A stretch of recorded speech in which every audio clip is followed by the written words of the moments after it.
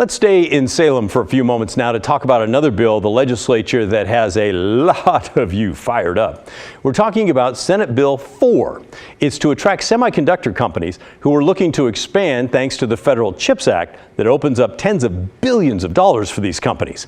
And if it's passed, this law, Senate Bill 4, could bring the biggest change in land use law in Oregon in 50 years. It's aimed at helping expand the state's silicon forest by making land quickly available for the semiconductor industry. The bill would give Governor Tina Kotek superpowers when it comes to land use. It would allow her to designate certain plots of land needed for chip factories and then take away all the land use restrictions that would ordinarily make it impossible to build there. We used an example yesterday in Hillsboro, but in theory, it could happen anywhere in Oregon as long as it's near the urban growth boundaries. If there's prime piece of land that the chip companies want but is reserved for agriculture, the governor could basically wave a magic wand and take away the restrictions, allowing the building of that semiconductor plant. Lawmakers that are part of the Joint Committee on Semiconductors told us that it's clear that Oregon does have to change some land use laws if we're going to compete for a piece of that $52 billion in federal money that's up for grabs to boost the chip industry. An amendment being offered for tomorrow in Salem on Senate Bill 4 would allow the governor to designate 2 plots of land that are any size, no limit on how big, where chip factories could be built. It would also allow for 10 other smaller plots of land. The bill also sets aside $200 million for companies that want to apply for the federal CHIPS Act money. That has to be used for preparing a site for a new plant or research and development or partnering with higher ed to help train future workers. And there was a pretty good split among viewers, you who support the bill and those of you who are adamantly against it. Let's start with those against first. Tom says, hell no to giving governor that kind of power. Oregon has lost its long-admired leadership in the chip industry. That ship has sailed. We just don't have the land that's needed to build new factories. Now we should figure out how to use our resources to find new cutting-edge fields. Eileen says, the whole story is so awful that it makes me so angry it just takes my breath away. Absolutely, the governor should not have that kind of power to take land that is already outside the land use plan. Are we going to eat concrete and chips? I'm totally pro-farmland. I've lived in places where there is none left. It's terrible, and there's no reason why we can't work around whatever problems corporations have and not destroy our environment at the same time. Thanks. And Robert chimed in. Giving one person the power to change land use willy-nilly is an invitation for corruption. Mike agreed. I'm a lifelong Democrat and progressive. I don't deny that there may need to be adjustments to the UGB to address economic growth. However, to give the governor unfettered power to make UGB changes is wrong, wrong, wrong, if not politically insane. UGB is the urban growth boundary. Another argument that a lot of you shared was similar to what Mike said. You recognize there is an upside to these chip plants, but the focus should not be here in the metro area. As to expanding high-tech in Oregon, has anyone heard of the Dalles, Madras, Pendleton, LeGrand, Ontario? Obviously, the folks in the Tri-County area have not heard of them before. There's plenty of space over there. Thank you. And a few of you are ahead of us on this topic, having listened to much of the public testimony yourselves. It appears there could be a possible compromise with land available inside some urban growth boundaries. We don't need to pit 2 good things against each other, farmland versus high-quality jobs. There's testimony from Wilsonville, McMinnville, Redmond, and the Rogue Valley that they have land inside the boundaries ready to go for semiconductor expansion. Why is the state overlooking these opportunities? We can have both for a better Oregon. Land use isn't the issue. But then there are those of you who want this bill pushed through the legislature to ensure that Oregon's tech industry does not fall behind. I think the semiconductor investments and the changes to land use to make them happen are the most important thing that Salem can do during this legislative session. We are falling behind other states in our ability to create a competitive technology industry in the state of Oregon.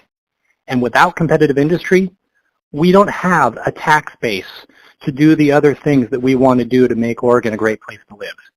It is nice that people have all sorts of goals around livability, We have to balance those things with the money to pay for it. And Vicki says, move on. More jobs and creation of important products that are needed. Wake up, Oregon. Take advantage of these opportunities. Washington State would. And Barry chimed in. Go west on Highway 26 or Highway 30 or south on I-5 and look around.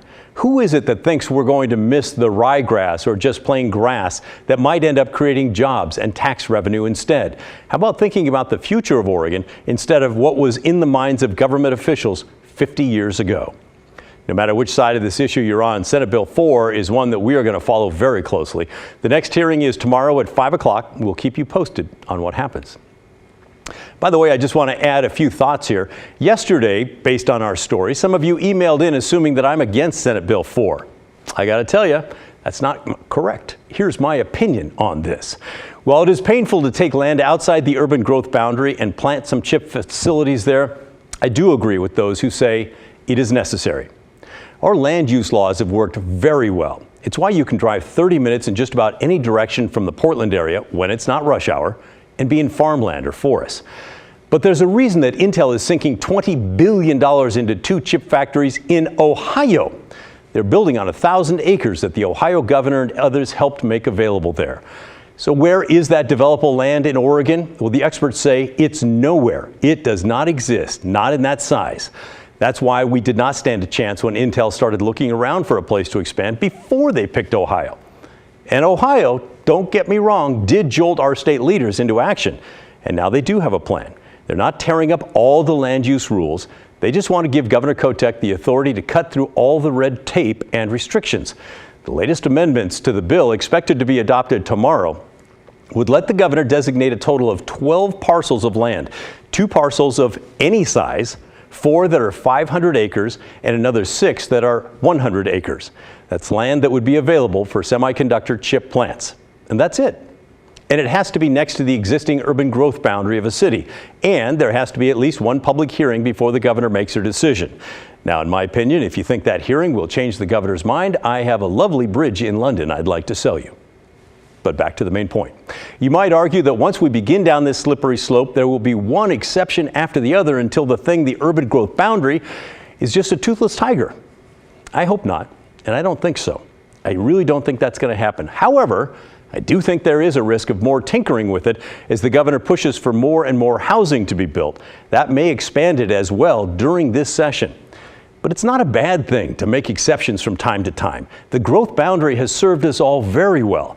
But there's nothing wrong with changing a law put in place 50 years ago to meet the modern needs of our state today. And when it comes to the tech industry, I think that this one-time deal, and Democrats who love environmental causes and preservation of land, they're likely gritting their teeth as they push this thing through.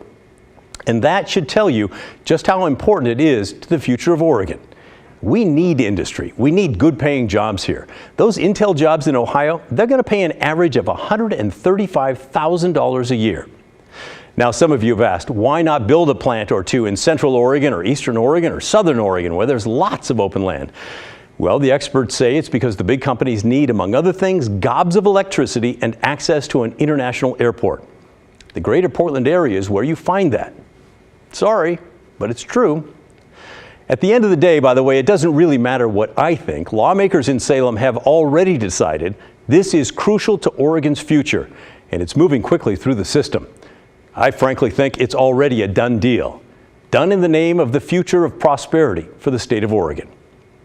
That's my opinion anyway. What's yours? You don't have to agree with me.